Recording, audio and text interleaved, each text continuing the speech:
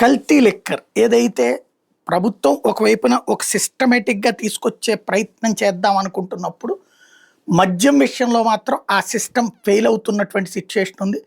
దానికి బెల్ట్ షాపులు కారణము, పర్మిట్ రూములు కారణం.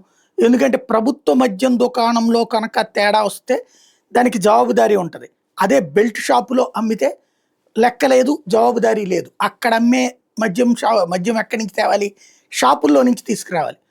బట్ షాపులోళ్ళు పెట్టిచ్చే ఈ బెల్ట్ షాపుల్లో ఈ నకిలీ మద్యం పెట్టినా ఎవరు పట్టించుకోరు. ప్లస్ బెల్ట్ షాపుల్లో ఎవరు కొంటారు?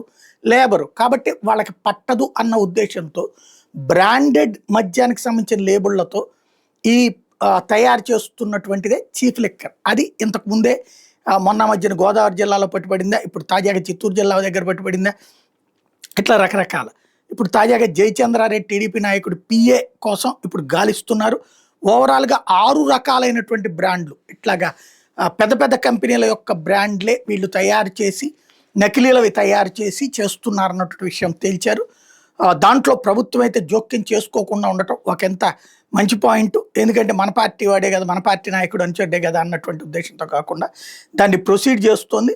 ఒక పెద్ద లిక్కర్కి సంబంధించినటువంటి భవిష్యత్ మాఫియాగా తయారయ్యే వాళ్ళు తొలి టైంలోనే ఇప్పుడు జైలుకి పోయే పరిస్థితి అయితే ఉంది.